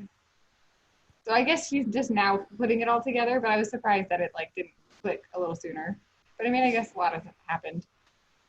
Right. There was also, what else was it that also wasn't a clue where, Tora told her, he's like, oh, you don't know who he is, you don't know who you got yourself, what you guys got into. But I guess I could see, first of all, the fact that, like, we're the readers, right? So we have the luxury of not only, getting it from every perspective, we have the luxury of, like, sitting and mellowing in it, and not what's the word, marinating in it, like, for, like, 50 weeks. And, like, processing it and making podcasts about it and reading a million comments and theories about it. So, like, this is, like, 2 weeks of, like, a very jam-packed 2 weeks for her, where she has a lot of emotional things going on, and, cheating boyfriend, new love interest, which she denies, new city, successful presentation. So, like, she doesn't have the time to sit and think things through, besides for the fact that we just know everything already because we know, like, we have a lot of time. And yes, we devote a lot of time to this. Yeah, that's a good point. But I also really love that when Poppy does figure it out, she doesn't stew. She doesn't like avoid them. She immediately goes to them and directly confronts them about it. That's really smart. Yeah. Yeah. I didn't think about that. Right. Right. We say Poppy like has stuffed her emotions, but this is really good for her that she's confronting them right away. Love it. Yeah. Yeah, I wonder if it shows just like how threatened she feels about this new information, that she can't put it off. She can't push it down. And she's super mature and level-headed throughout this whole scene. So Tora's like, I tried to tell you that they had good friends, but did you listen? Nope. You just went on and on about your stupid presentation. And she takes a beat. She lets that sink in. She realizes he's upset. He's frustrated. He did try to tell me. I'm not going to react. I'm not going to go off on him for calling my presentation stupid. Yeah. And she said, I appreciate that. And I would have listened if you hadn't started yelling at me. And it wasn't just a stupid presentation. It's my career, my livelihood, and many hours of hard work and sleepless nights. So she's being super mature right here. Like she does say that she appreciates it. She points out that Tora's way of trying to tell her was what turned her off. Like it's not appropriate to yell.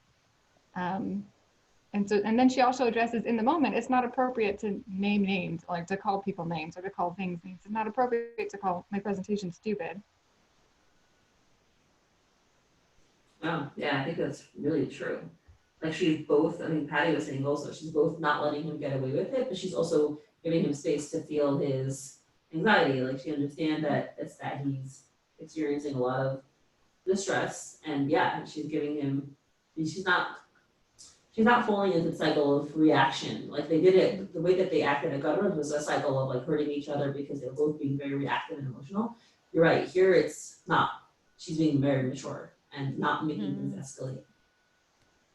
Well, she straight up says, like, you don't have to look me in the eye, but you could at least sit facing me because I'm trying to have a serious conversation with you guys. And that's when like the two of, because the entire time we see that, you know, Tora's head's down and Quincy's like looking at his feet, and it's kind of that moment where like they both look up. Right. And yeah, that's I think that's also what Patty was saying, is that like somebody, I think it was Patty, that yeah, that's very mature. She's making them like asking them to look in her direction, but she understands that she can't push them too far because it is very tough to face someone in the eye after you're very embarrassed like that. Mm-hmm. That's very understanding of Bobby. And you know, Quincy here is like, uh-oh, and somebody was pointing out, you know, he's like, gosh, who was it? I want to like correctly quote it, that you know, he's like finally being brought to task, and you know, maybe that's something he's not used to. And you know, Quincy has shown himself to be very avoidant of conflict in general and is wanting to smooth things over. So here he's recognizing that he can't get away with like being cutesy and making things better. Yeah. What's it? Like, I think Quincy always has that, like when he does get in trouble per se, I feel like he's the type of person who kind of has that like deer in a headlights look, like I'm not doing anything bad. If I just stand here and frozen, then like maybe it'll all just go away. Yep. Mm-hmm. So yeah, and he even tells Tora, he's like, looks like she's mad at us for real this time. And Tora is like, shut up and answer her question, you fuckwit. This is all your fucking fault. So, and he's not looking at Quincy again. You know, he's looking down again. And, you know, he's, of course, his hands over his chest in very defensive position. And, you know, he is mad at Quincy because Quincy's the guy who signed the contract without looking. And what the birthday party is like, yes, we're now going to be editors. So, and, you know, the thing that Tora didn't want, Quincy's the one who did it. So he's right. mm-hmm. Yeah, that's a good point, because Quincy is trying to at least share the blame with Tora right there. He's like, oh, Tora, do something. Uh-oh, looks like she's mad at us for real, but Tora's not having it. Yeah. Answer the question. Mm-hmm. I was like, what question? But I think the question is, why didn't anyone tell me? Right. Happy story question, yeah. He's like, oh, me? And she's like, please, Mr. 𝗵𝗵𝗱𝗶𝗴𝗵𝗁. Like, and with this angry look on her face, you know, fessing up to who you are. And now we go back to that scene where she was Googling and you see her hands shaking, and she Googles Quinceton B, and we have several results, which are slightly entertaining. Quinceton Belly Dancing Academy, Quinceton Baby Boutique, Quinceton 𝗵𝗆𝗆. So, y'all, do we have any bets on does Quinceton have a belly dancing academy? I have to say, hilarious that he's the number 3 choice on there, but okay. Quincy, you know, yeah, he should be number 1, whatever he does. But maybe he is number 1. In addition to being a romance writer, he's a belly dancing instructor. And then baby boutique. I can see him doing that too. He'd be like, oh my God, that's so cute. You have baby head. You know, you have to put blue on this one, or just a hat for this really adorable. See him doing that too. Cute. So yeah, this episode is just hilarious from top to bottom.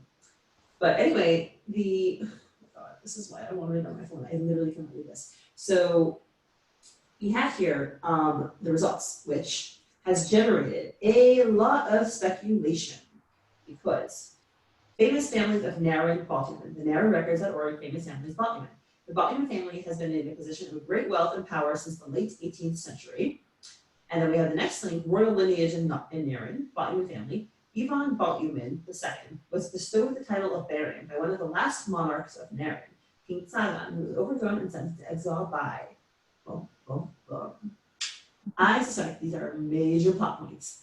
So you guys, go ahead with your theories.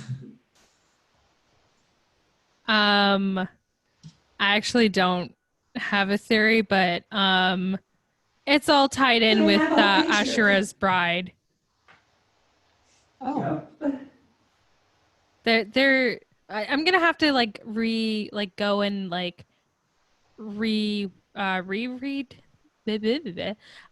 reread it, but one of those advisor characters.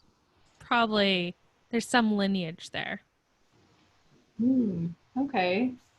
And I was wondering if, because it says the last monarch, so King Sagan was the last monarch who was overthrown and sent into exile. So is that when the Bothman gang like started? Is that when this mafia stuff, is this how it originated and how they accumulated all that wealth and shadow business? And we know that Tora is a descendant of King Ulan. So some people, okay, I have a whole page of theories here. I got her, of course I can't read what I wrote. Gosh. I'm sorry. Okay, I don't remember. I cannot read what I wrote. I don't know who said this, but like somebody said that, well, the Tora is a descendant of King Ulan. And did Vincent know that when he chose him as a person, right? So we know that, oh gosh, this is I definitely want to quote this because this is a very hefty theory. So this is, okay, 𝗪𝗡 said this. Do you remember when Claude and 𝗪𝗲𝗯𝗁 were in the club, and Claude was like, oh, do you really think someone of his caliber would be your bodyguard? Right? And we all thought, we're like, okay, that means Tora is real smart, right? Like, or something like that. And then they had this like conversation that was blocked out, and it wasn't a very long conversation. I always thought like, it's like, oh, maybe they're talking about how he trained him and how it was so crazy, but it was very short. And I was like, okay, it kind of seemed too short to say that. Maybe Xingbang was telling Claude that Tora is a descendant of King Ulan, which would explain very, very well, like, okay, that's why he's not just a lowly bodyguard. And maybe Vincent, in some sick, perverted way, like wants to, assert the Bothman dominance over the royal clan, right? Maybe the Bothman clan was involved in getting this, King Sagan overthrown. No. Well, maybe, right? Maybe after this, Ivan was given the title of Baron, he or someone in his family then was involved in overthrowing the Sagan. It's like this whole intrigue of like who's gonna have power in Naren. And anywho, and it would make sense if Vincent would want to be like, okay, this descendant of the royal family, I'm going to put him down. He's going to be my dog. I thought that was genius. There's also too the case of, if you like read Ashra's Bride, like there is we don't really see it in this comic per se, but there is like kind of a mystic sort of, side thing where like the descendants of that royal family, like the royal bloodline, get like this power from, I forget exactly where, but it's almost like a beast-like power, right? So maybe that's like a sort of myth that is in like a mythology, right? So, and there's also like the color of the eyes, because not a lot of people have dark hair and gold eyes. So maybe Vincent saw this and went, that has to be some sort of descendant. Perhaps it has this like mystic, power, right? And he wanted to use it for his like own self. That makes sense. Right. Yeah, and maybe that's why he was so concerned about keeping his bloodline pure. Right. Yeah. Which actually relates to some more theories that are going to come up in a second. But also, if you remember, another clue that like Vincent maybe, according to the theory that Vincent knew that he was from Ulan, is, if you remember, there's a couple times where like Martin's like, I don't know why he chose you from everybody else, why did you choose this front? So that might be another indication, meaning that there's some special knowledge that Vincent had of Tora, not just a random kid picked up off the streets. Besides for the dark aura that he sensed, which I think that's definitely there, but maybe there was something beyond that dark aura. Which makes me really wonder what happened to Tora's first family. Why was he on the streets? Yeah. Where are his biological parents? Actually, I think Patty also had this speculation about it. She says, in all seriousness, it makes me wonder what the relationship was like between the 𝗪𝗃s, the Volumans. Okay, I don't know why the 𝗪𝗃s. 𝗪𝗃s, is that the Maybe it's a typo. But anyway, between, I guess, the royal family and the Bottlemans, perhaps they were close at one point, hence why King Sangha maybe found the Baron, or is it a Rasputin-like insidious coup? And it also begs the question, is any of this indicative of the Bottleman temperament? Were they once good, turned evil? Perhaps Vincent is a bad seed, or is this generations of ruthless rule over Marin? Is Quincy the anomaly of the Bottleman bloodline, or the true nature? And what will this mean for Tora and Quincy when they discover the truth of their lineage? I thought those were also good speculations. There's a lot here. It's definitely very plot heavy. Yeah. Okay, so we're gonna have a little bit more about the descendant stuff in a second, because now Poppy says, she's like, unless this information is top secret, that that could get me or the people around me in serious trouble if we knew. You know, she's continuing her question to Quincy. And Quincy, trying again with his smile to avoid answering things, he's like, smile, sweat. And he's like, just Quincy will do, honestly, right? Just want to be called Mr. Bottleman.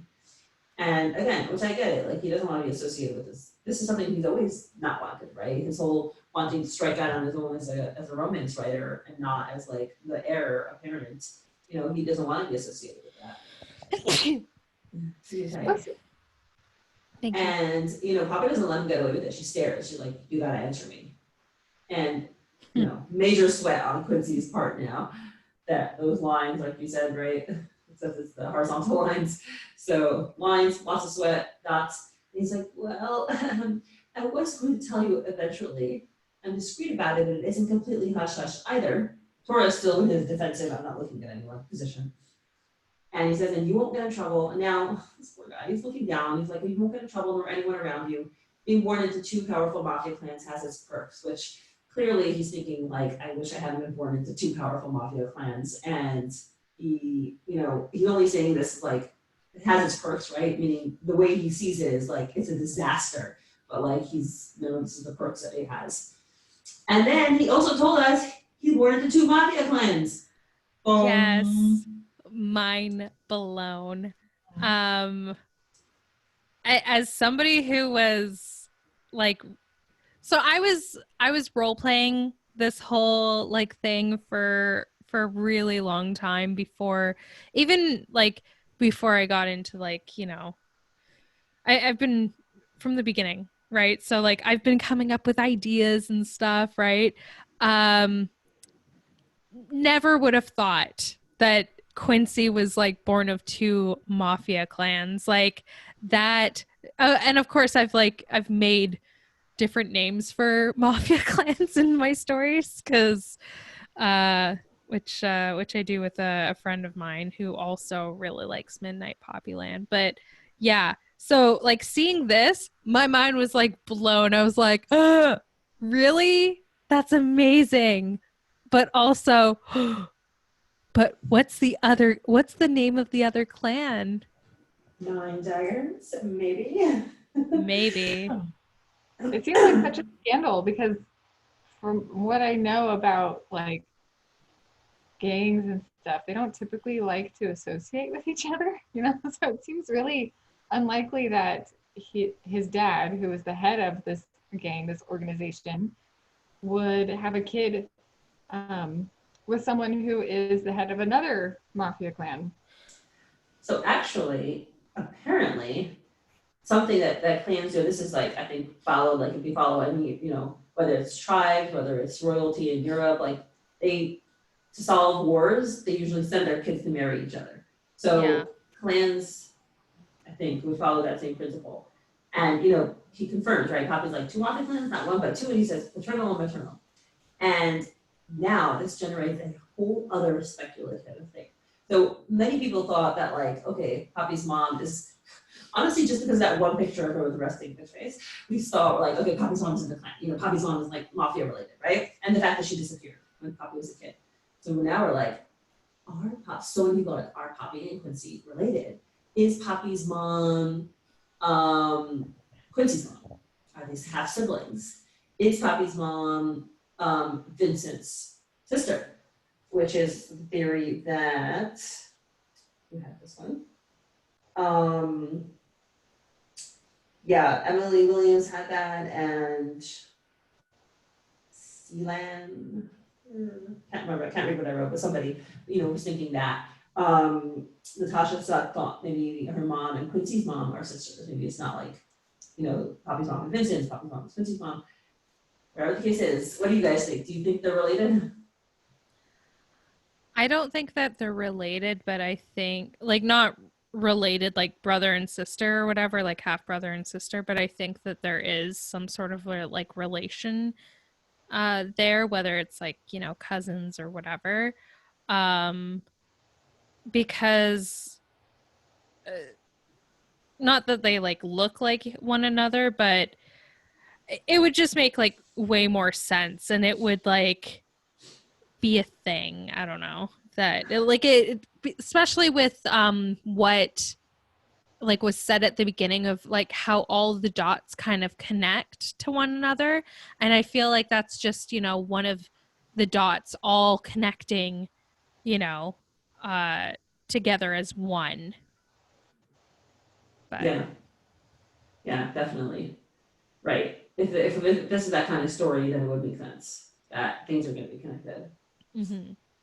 Ooh, so exciting. I actually had something like this in my own life, which was the weirdest thing. So y'all want to hear like a 2-minute story of like all the dots are connected and people being connected in familial ways I did not think of? Sure. Okay.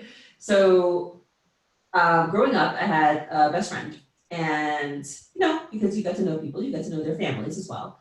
And I would sit there looking at her albums of like family weddings, and there was this guy, this blonde guy, and she's like, "Oh yeah, that's my uncle." I never met the uncle in real life. I met a lot of her cousins, but I never met this uncle. She's like, "That's my uncle. Yeah, he's kind of like far removed from the family. He got divorced. His son is adopted, and I don't see him that much, and he doesn't hang out with him as much." Okay, fine. Literally from when I was like 14. Years later, I'm like 25, and my husband and I become really good friends with someone who's currently one of our best friends. Like a couple of years, like 6 years later. Anyway, we become really good friends with him. And this guy has this very kind of tragic story. His mom was married to this guy. Very bad, let's just say very, very bad relationship. And she had a kid with him. And then she met a hairdresser, and she had him, our friend, with a hairdresser. They got divorced. There was a whole scandal. He doesn't know his father. His mother had a crazy relationship with his mother. Very messed up situation on many, many, many levels. Anyway, fine. Sitting there, right? Years later, like after we know our friend for a couple of years already, how did I get to know this? He mentions that his half brother from his mother's marriage with the guy that is not his father is adopted. And I'm like, 1 minute. I was like, your last name is the same last name as my friend's uncle.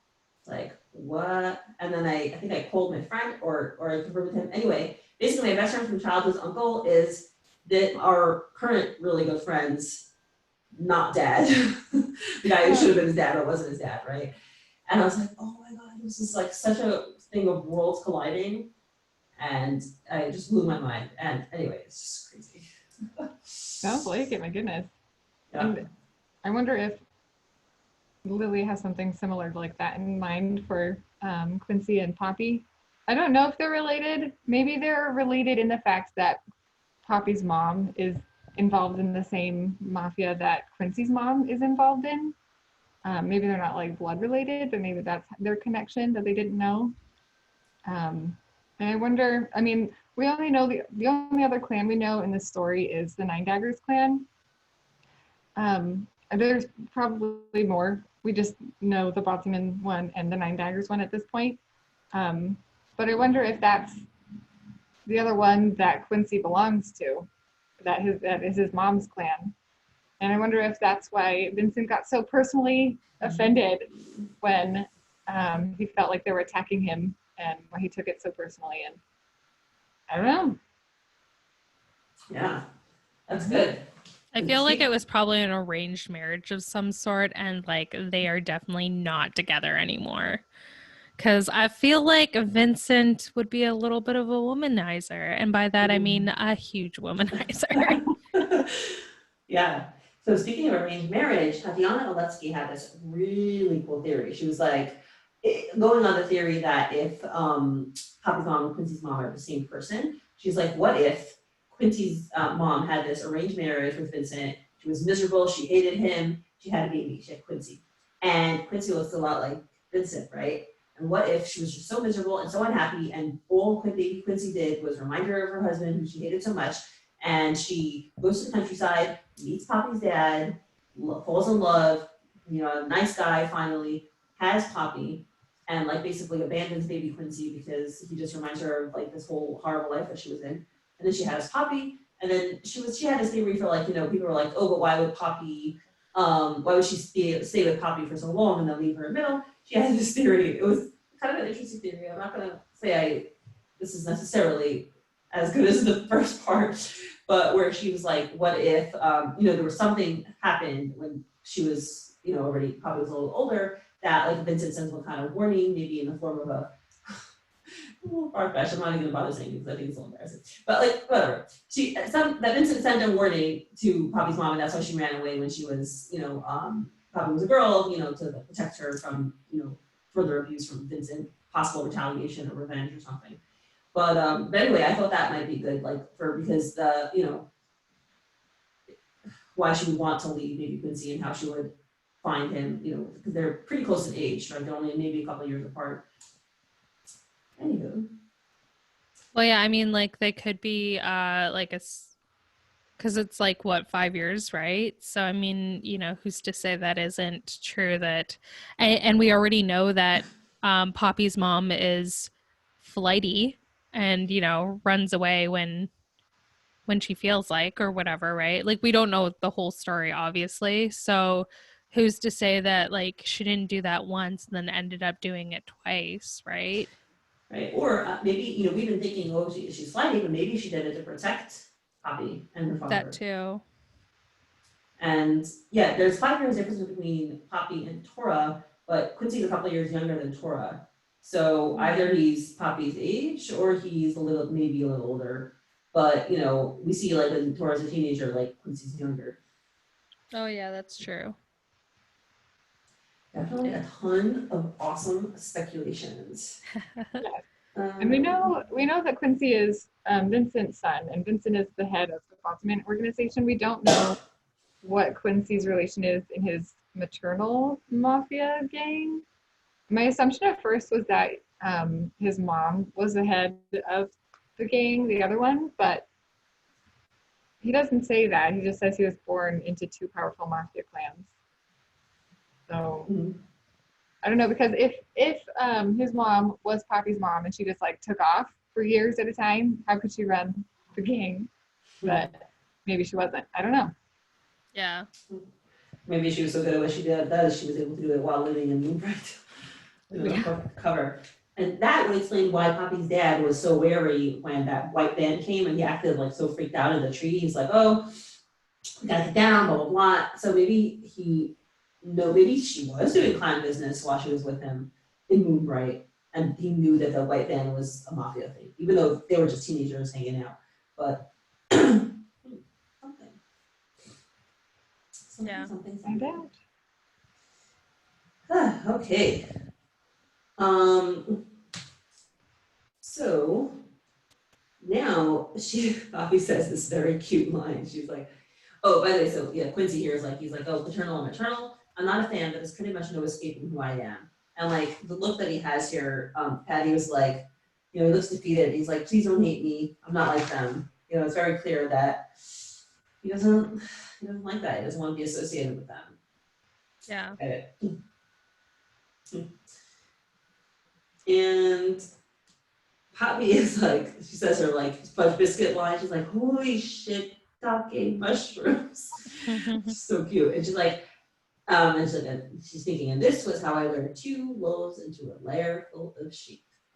So, she's feeling guilty that like she brought these dangerous guys to her work and, with innocent people. So first of all, we have some interesting things about here. Somebody was saying the fact that she says was how I lured them into a thing full of sheep. she read it that maybe this is like, kind of like, you know, how in the beginning Poppy's like, oh, everything's all connected, and this is Poppy recounting the story, you know, later on.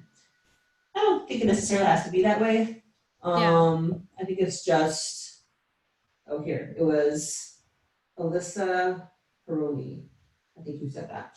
I think it's just that, you know, she learned them in like now, like it's the past now, you know.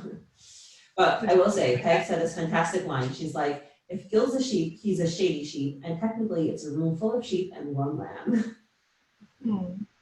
So, as in Mr. Lamb. Oh. So that was cute. And then they come up with a bunch of one-liners, multi-proper line one-liners, which were fantastic and really, really funny. So, I'm reading my notes because I'm actually able to read now, like checking things off. Do you know, right, the fact that Tora heard their whispers in the beginning, and he was like able to hear them, that means he probably heard the whispers before as well. Like this was sign 00 said this. He definitely was able to hear that talking about him. Oh, 100%. I think he's very perceptive and can hear things quite well. So yeah, and maybe Quincy wouldn't pay attention to it, but he definitely would. He's been trained to pay attention to stuff like that. Right, Quincy was surprised. He's like, oh my god, you remind me of it, right? But like, you know, it was either like really good body language reading, but also like just good hearing. So I'm trying to make sure like I got everything. Oh, 𝗙𝗵𝗱𝗶𝗴𝗵𝗁 was actually she also said that she thinks Poppy, based on how she handled Liz, Poppy might be able to navigate her way very well in the mafia world. What do you think of that?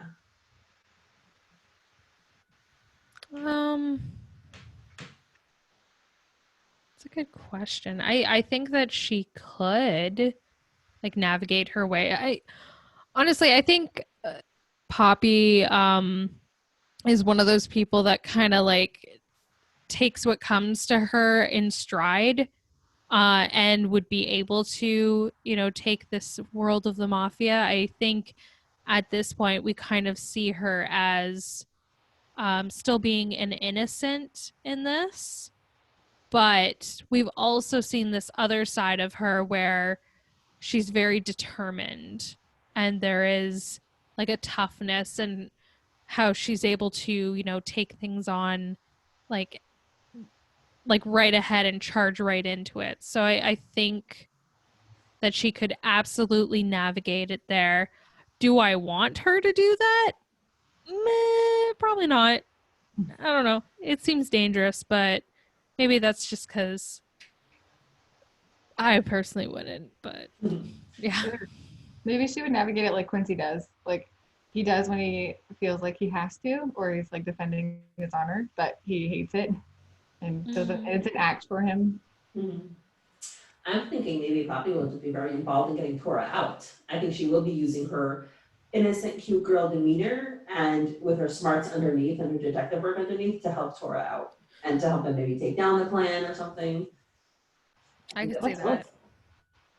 Speaking of clan, so 𝗙cie𝗽𝗹𝗵𝗁, I think, she was saying maybe that's why Quincy has 2 tattoos. The fact that he's descended from 2 2 clans, maybe that's why he has 2 Baltimore crests on him.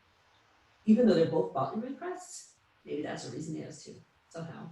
And also maybe like the pin, who was saying this? I don't remember who said this, but the pin, the fact that it's so similar to the Baltimore crest clan, maybe it's like the other clan. Maybe it's some kind of like related clan or something, and that's why they marry each other, and that's why their clan and symbol is so similar.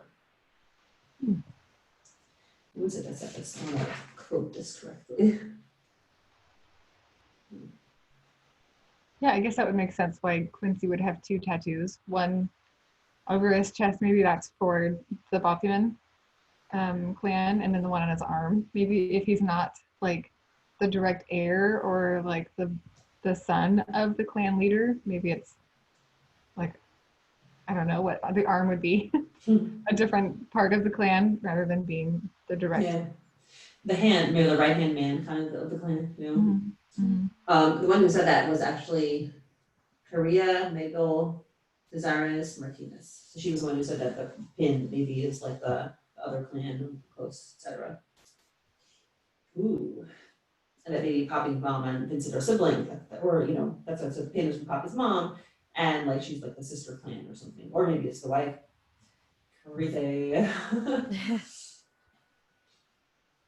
Yeah. So what do you guys say about the whole episode as a whole? I really enjoyed this one. I found it very entertaining. Like not only do we get a huge amount of humor, right? But we also get a little bit more information about like how this, like puzzle is being put together. Of course, now we have way more questions, but in time, we will get all of the little pieces and all of the dots will connect. So it's all slowly trickling in, which I think that's why I like it so much, Yeah, this part, besides for all the love, there's some mystery going on.